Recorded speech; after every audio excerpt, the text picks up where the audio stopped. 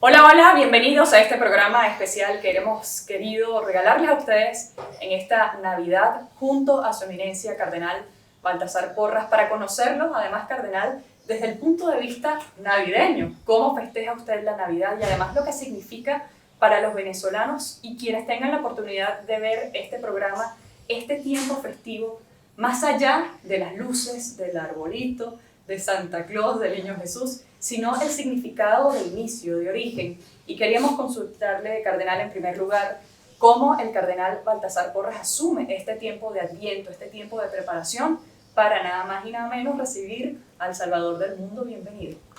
Bueno, en primer lugar, yo creo que la tradición de Adviento y Navidad venezolana es muy rica.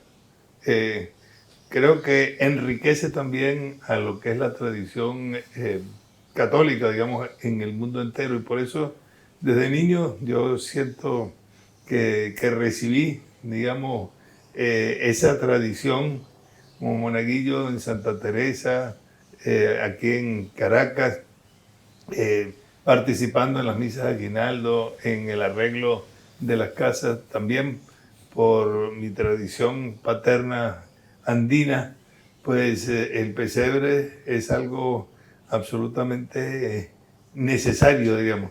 No solo en la casa hay un pesebre que es el del hogar, pero lo hay en cada cuarto, lo hay en la cocina, lo hay en el patio, lo hay en la calle.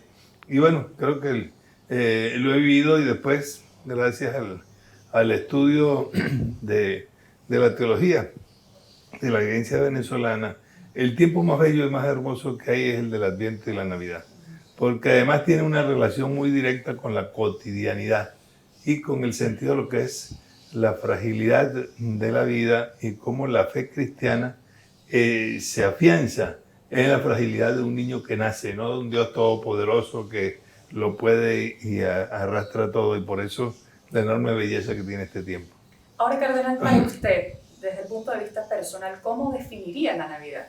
Mira, la Navidad es el tiempo de reencuentro con esa imagen de Dios que está en cada uno de nosotros. Dios no es un ser lejano, sino que se hace cercano a nosotros. Y se hace cercano, pues, en el vientre de María, en esa expectación de lo que es el nacimiento de un niño, con todas las connotaciones que tiene después, dónde nace, con quién nace. Esa pobreza es también un signo muy especial de lo que tiene que ser, pues, en la vida cotidiana de todos. Así uno tenga grandes riquezas o pocas, el sentido más auténtico que siempre pensar en el otro, y que los más olvidados son los primeros que ahí están. Son los pastores, los que están por ahí, los animales que están en torno, es en una cueva, en un pesebre, todo lo que tiene que ver hoy en día con el mundo de la ecología. Bueno, hay como un resumen de la creación y de la vida del ser humano. Ahora, Cardenal, vamos a ahondar mucho más en esa festividad que tiene usted en su entorno, en su interior, con su familia. ¿Cuál es esa Navidad más especial, más añorada que ha vivido usted? Te voy a poner a recordar durante todos estos años, ¿cuál cree usted que ha sido la más especial? Mira, yo creo que hay varias. En primer lugar, la de muchacho, porque la Navidad ya no solamente está lo estrictamente religioso, sino las otras tradiciones que están en torno a ella. Por ejemplo, el hacer las hallacas y la participación de todos los miembros de la familia y del vecindario en hacer las hallacas. Y uno como muchacho lo veía con gran ilusión. Quería meter la mano para comerse El guiso. Más que el guiso, las pasitas o las aceitunas, que al principio parecía que eran como muy amargas, o todo, bueno, todo eso le da un sentido de familiaridad. La gastronomía tiene que ver con cada uno de los tiempos, y la Navidad venezolana pues tiene la hallaca, tiene también pues los dulces navideños y la vivencia sobre todo de las misas de aguinaldo. Yo añoro mucho las misas de aguinaldo de muchacho como monaguillo, porque la misa de aguinaldo tiene también, después de cada una de las misas, no acaba con la celebración, sino que continúa en el atrio de la iglesia con el compartir. Y se comparten las orejitas, el café caliente, el chocolate, y también ahí medio guiaba pues los adultos con su sus palito cosas. por el frío que está haciendo.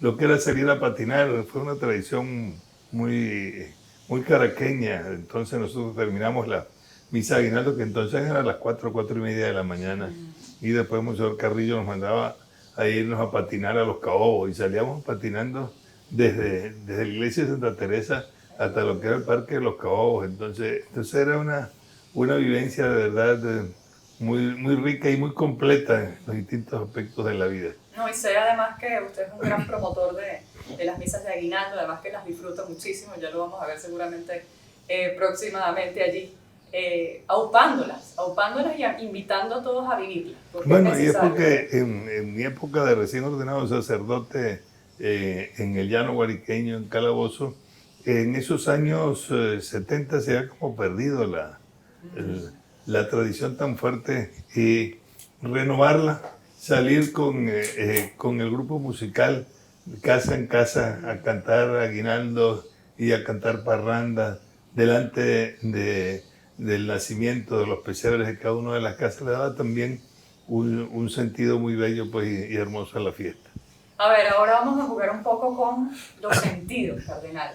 ¿A qué huele para el cardenal Baltasar Porras la Navidad? Mira, huele todo porque yo creo que interviene en todos los sentidos. En primer lugar, el colorido hace que a través de la visión pues vea uno eso.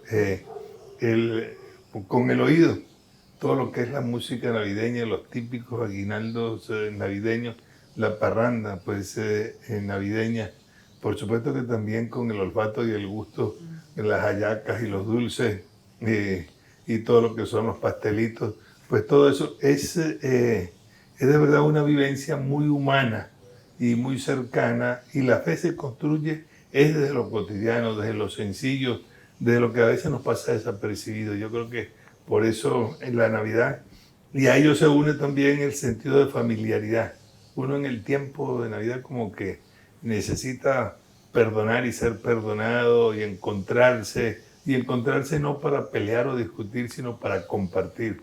Pues eso es una cosa muy bella. Y después, en torno a los niños, lo que es la belleza, sobre todo de descubrir los regalos, los juguetes. Uno de muchacho es una cosa también pues muy bella. Y yo creo que, bueno, doy gracias a mi tiempo de muchacho, que no había ese sentido tan comercial pues de las cosas que se le quiere dar ahora, como que sí, tiempo navideño es un tiempo para gastar en demasía, ¿no? Se gasta para ese compartir, y que lo que se estrena uno, lo que es producto del trabajo de sus mayores. Cardenal, esto lo saben muy pocos, pero es un gran coleccionista de esta época, de símbolos de esta época, de pesebre, de nacimiento. ¿Cómo comenzó esa afición, si se quiere? ¿Cuál fue el primero? ¿Cuál le gusta más? Cuénteme mucho más de este detalle de la colección de los pesebres. Mira, en primer lugar, como te decía, pues bueno, desde muchacho construir el pesebre en la casa, y después de sacerdote, tanto en el llano como en los Andes, en el que hay tanta creatividad. Y he tenido la dicha de que me ha tocado viajar mucho por América Latina, cuando estaba pues en el CELAN, y después a Roma y a España fundamentalmente. Y eso me ha hecho que lo que voy encontrando, todos son pesebres chiquiticos, pequeños, porque los pesebres grandes cuestan mucho dinero, Pero trasladarlo y hay cosas tampoco es fácil, y sobre todo que hay muchos que son de materiales que si uno va con alguna mujer sí que lo sepa cuidar. Uno como hombre no tiene ese sentido, le llega todo roto, pierde uno así su tiempo. Pero bueno, tengo, yo diría, una colección de pesebres de casi todos los países de América Latina, de España y de Italia.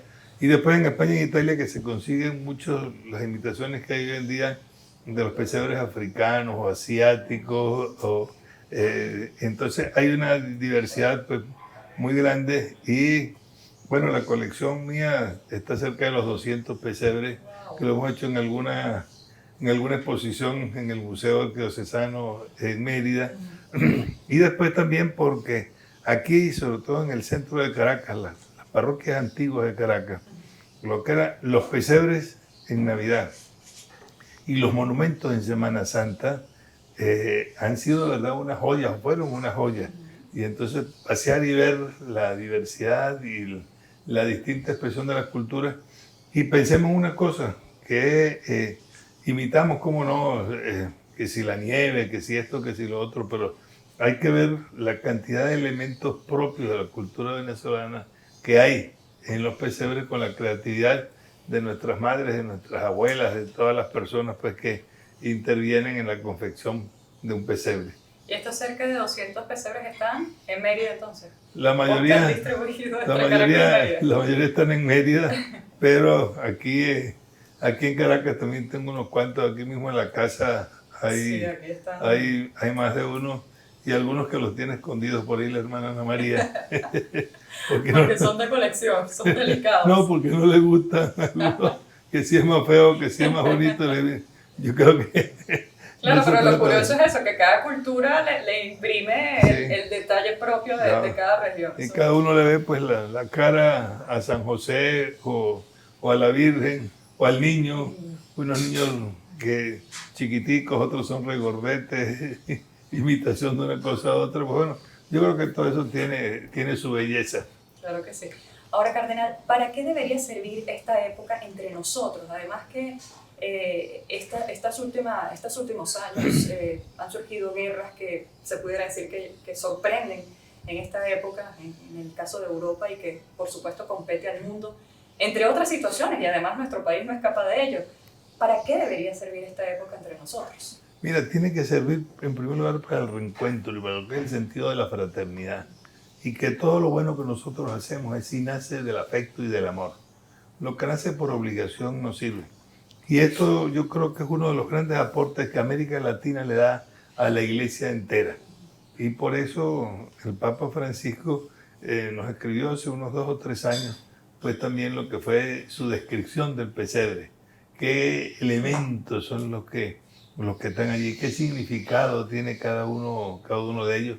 Que ha cambiado, por supuesto, con el tiempo. Por ejemplo, los Reyes Magos, ¿por qué aparecen como señalando cuáles son las distintas culturas, el blanco, el mestizo y el negro? Eso viene del sentido de lo sencillo que San Francisco, pues, sobre todo en el Mediterráneo, nos lo transmitió. Y es bueno en esto ver también que el arbolito es el primer signo navideño católico. ¿Por qué? Porque nace en la tradición nórdica, es decir, en Centro Europa, con las grandes nevadas y tal, en que los árboles pierden todas sus ramas. El único árbol que permanece verde es el pino o el abeto, y entonces, que significa la vida y que significa Jesús. Pero posteriormente San Francisco en el Mediterráneo y después las culturas que han surgido de allí, hizo que se perdiera la tradición del arbolito, que quedara más bien como expresión de los protestantes, lo llevaban pues al norte. Pero entonces el arbolito no solo para ponerle esas bolas de colores, es también para ponerle los elementos típicos de lo que es un pesebre, y que es lo que le da, digamos, más vida. Porque ¿qué se representa allí? Se representa la vida. Y por eso los niños que preguntan qué es y este personaje y este qué es, bueno, todo eso tiene un enorme contenido, pero sobre todo en un mundo en el que el odio, la violencia, el terrorismo, la división de unos y otros, la gran invitación es que la fraternidad solo se construye en lo sencillo y solo se construye aceptando al otro cualquiera que sea. Bueno, y por cierto, cardenal, la siguiente pregunta está basada justamente en esas características que describía el Papa Francisco en su momento, de los elementos de la Navidad, y me gustó mucho el tema de la estrella de Belén, porque sin duda alguna la estrella de Belén guió en ese momento a los 3 Reyes Magos. Pero bueno, quería consultarle que si cree que si todos podemos llegar a ser esta estrella de Belén, no solo desde el sentido navideño, sino para acercar a los nuestros a estas épocas maravillosas, al origen de la fraternidad, de la unión, de dejar a un lado de repente Mira, la división. el gran sentido de la estrella de Belén es que la luz no está en nosotros. La luz viene de fuera, de la que nos ilumina y nos marca el camino. Es precisamente Jesús, es el Evangelio. Y que busquemos, ¿no? Por supuesto, que tenemos derecho a pensar y a presentar diversas lecturas, pero que no es producto de uno. Y siempre el gran mensaje del cristianismo es que lo primero es el amor a Dios, pero se manifiesta en el amor al prójimo. Es decir, salir de uno. No es desde uno, sino es desde el otro. Y sobre todo desde el otro que tiene mayor necesidad de la que uno pueda tener. Y bueno, ese es el gran sentido. Marca el camino. Y por eso la estrella le marca el camino tanto a los Reyes Magos como también se lo marcó Herodes, que empezó a buscarlo, pero hay que tener el corazón limpio para que descubramos cuál es el camino de la estrella. Sí, señor. Bueno, nos mantenemos con el Papa Francisco. El Papa Francisco en su homilía del año pasado, del año 2021, justamente del 24 de diciembre, decía, leo textualmente, la pequeñez es el camino que eligió Jesús para llegar a nosotros, para tocarnos el corazón, para salvarnos y reconstruirnos hacia lo que es realmente importante. ¿Cree que a veces olvidamos, cardenal, cuál es la verdadera esencia de este tiempo, de esta época? Bueno, esta época tiene que iluminarnos todo el año y en ese sentido pues está, ¿qué es la cotidianidad de la vida? Bueno, tener que construir la casa, tener que levantar una familia, el trabajo, la escuela, las relaciones que tenemos los unos para con los otros. Ahí no hay un derroche, digamos, de una riqueza exuberante. La riqueza la pone el afecto. Y por eso decimos entre nosotros esa expresión, las hallacas más sabrosas son las de mi mamá. Y no es porque tenga a lo mejor todos los condimentos, sino que lo que está hecho con cariño sabe mejor que lo que pueda estar hecho por el mejor chef, con los elementos que pueda hacer. Entonces, descubrir en eso es lo que nos lleva también a un cierto sentido de austeridad, que es lo que el Papa Francisco nos señala. Y desde ciertas esferas, y sobre todo, yo diría norteamericanas y centroeuropeas, no, bueno, ¿por qué hay que ser austero si yo tengo para gastar? No, es que lo que nos hace rico es saber utilizar las cosas en función de uno y en función también de los demás. La riqueza personal que uno tiene también una dimensión social. No tengo yo riqueza simplemente para acumularla para mí. No solo la riqueza material, el dinero, sino también la riqueza espiritual, los conocimientos que uno tiene, la profesión, esos hábitos que son los que tenemos que transmitir y dar a los demás. Por eso la experiencia, sobre todo a través de Cáritas hoy en día, con todas las necesidades que hay, no solamente es dar de comer, sino hay que enseñar a pescar. Y si hay que enseñar a pescar, no al que lo necesita, eso también le enseña a uno.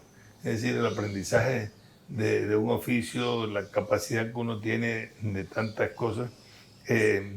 Hace algún tiempo hicimos una experiencia muy bonita, en este caso en Mérida, con niños. Bueno, no teníamos para comprar juguetes, y bueno, porque sabemos lo caro y lo costoso que son. Bueno, con todo lo que son las latas, lo que son las botellas, lo que son todas esas cosas que las tiramos y las botamos. Si uno se lo da a los niños, el niño tiene esa capacidad de creatividad y de descubrir que el mejor carrito o la mejor muñeca no es la que venden en el almacén, sino que es la que con la imaginación uno lo va creando y lo siente como propio. Yo le diría, hay una experiencia que la di desde el seminario, la he repetido muchas veces y es muy linda. A nosotros en el seminario aquí de Caracas, siendo muchachos todavía, estudiantes de bachillerato, nos mandaban en los días de diciembre a que saliéramos a la calle a ver los almacenes. Por supuesto, uno de muchachos más limpio que la pata de un santo, como se dice, sin tener nada para comprar, pero tener la capacidad de disfrutar el ver cosas bellas sin que uno quiera decir yo quiero poseerlas. Hay que ver la libertad que eso da. Y yo lo he mantenido bastante En estos últimos años menos porque con eso de la inseguridad y tal, que no lo dejan casi a uno ni salir. Pero llegar uno a un almacén de eso que está lleno de cosas y el gentío. Ay, señor, ¿usted qué hace aquí? Viendo. ¿Y qué va a comprar? Nada. Y vengo a disfrutar. ¿Pero cómo? Y le dicen uno como, pero hay que ver en lo que la sensación de libertad interior que uno tiene cuando uno ve que el que está al lado, ¡ay! ¿Y cuánto cuesta? Y tenerlo. Pues mire, yo creo que uno tiene que desarrollar la capacidad también de la belleza que está en las cosas y que está en nuestra naturaleza. No valoramos aquí lo que significa el Ávila o lo que es en las montañas de los Andes o lo que es en el llano en cualquiera de nuestras regiones. Bueno, la naturaleza está para disfrutarla, no solamente para decir si tengo plata para comprarme y tener una hacienda o una finca. Ese sentido de la belleza a la cual el pobre tiene derecho.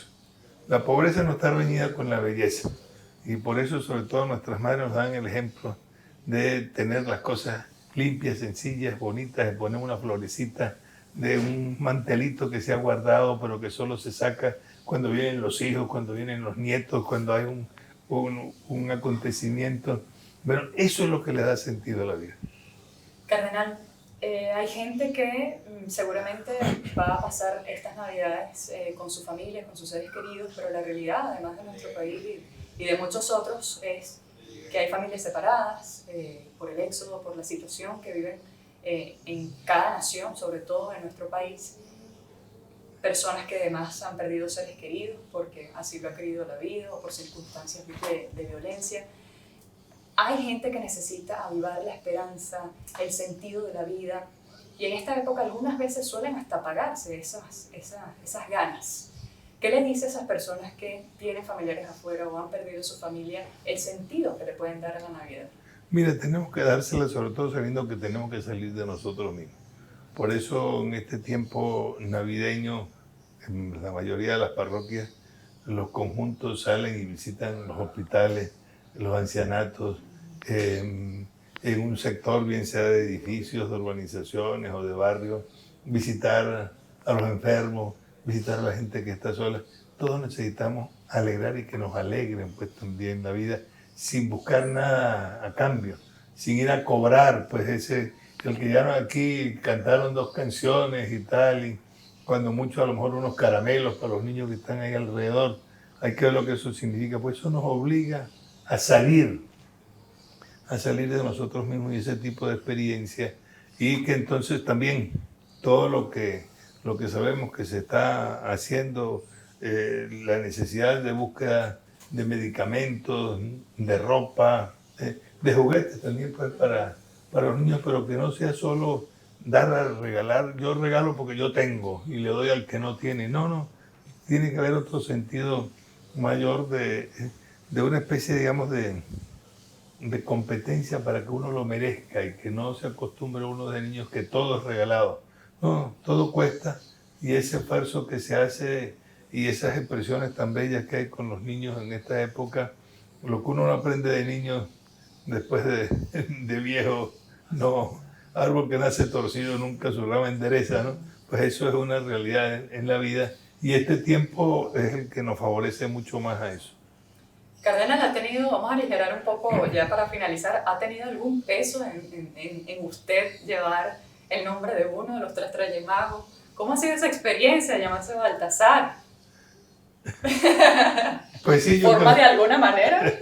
Sí, parte bueno, de la Navidad. Yo llevo ese nombre porque mi papá Sí. pues tenía ese nombre y me lo puso a mí, que soy el hijo mayor.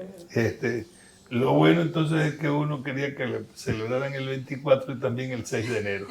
Y bueno, se ha perdido en Venezuela también desde que el 6 de enero, el día de la Epifanía, dejó de ser día no laborable. Ha perdido toda la tradición que había de antes, los desfiles de los Reyes Magos, las caravanas que se hacían.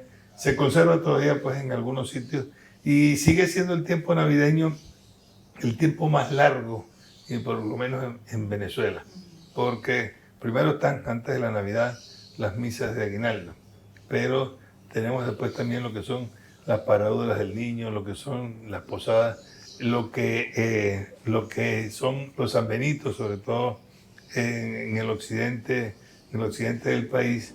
Pero tenemos dos fiestas que son muy importantes y son navideñas. La Divina Pastora, y la Divina Pastora, que es la octava de Epifanía. 8 días después, el 6 de enero, el 14 de enero, es la fiesta de la Divina Pastora. ¿Qué es la Divina Pastora? Del Divino Pastor, que es Jesús, es la Divina Pastora, y es la procesión, una de las procesiones más importantes de toda América Latina. 2 millones y más de personas, pues, y la celebración de los niños, el Santo Niño de Cacute, de Escuque, que existe en Occidente, que existe también en el Oriente.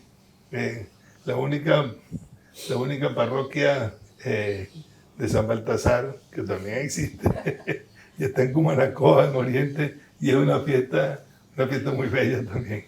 Bueno, Cardenal, le quiero agradecer esta conversación que hemos tenido el día de hoy en este ambiente navideño, que seguramente es muy necesario estas palabras para todo aquel que pueda disfrutar de esta entrevista. Y bueno, muchísimas gracias por su disposición, por su alegría, por su entusiasmo, por las ganas de responder estas preguntas. Es un reto, hay que decirlo, periodístico. Me ayudaron muchas personas porque le siento mucho respeto a usted en la formulación de preguntas, Fabián Ortega, de quien me orientó en esto. Pero gracias por haber además accedido a ella y disfrutado de este momento. Es que todos necesitamos tener un oasis en la vida.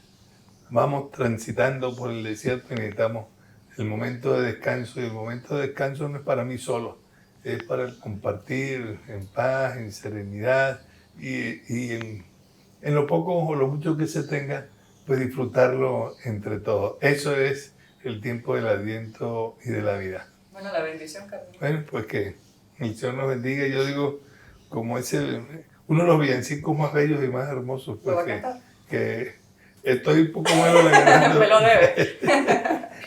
Pero ese como el rocío del cielo baja constante. Pues es uno de los villancicos más antiguos, pero también muy bello melódicamente, y su letra es toda una poesía y un contenido teológico bellísimo. Así que búsquenlo ahí en Google, en Internet, como el rocío del cielo. Tenemos tarea. Muchas gracias por estar allí. Feliz Navidad.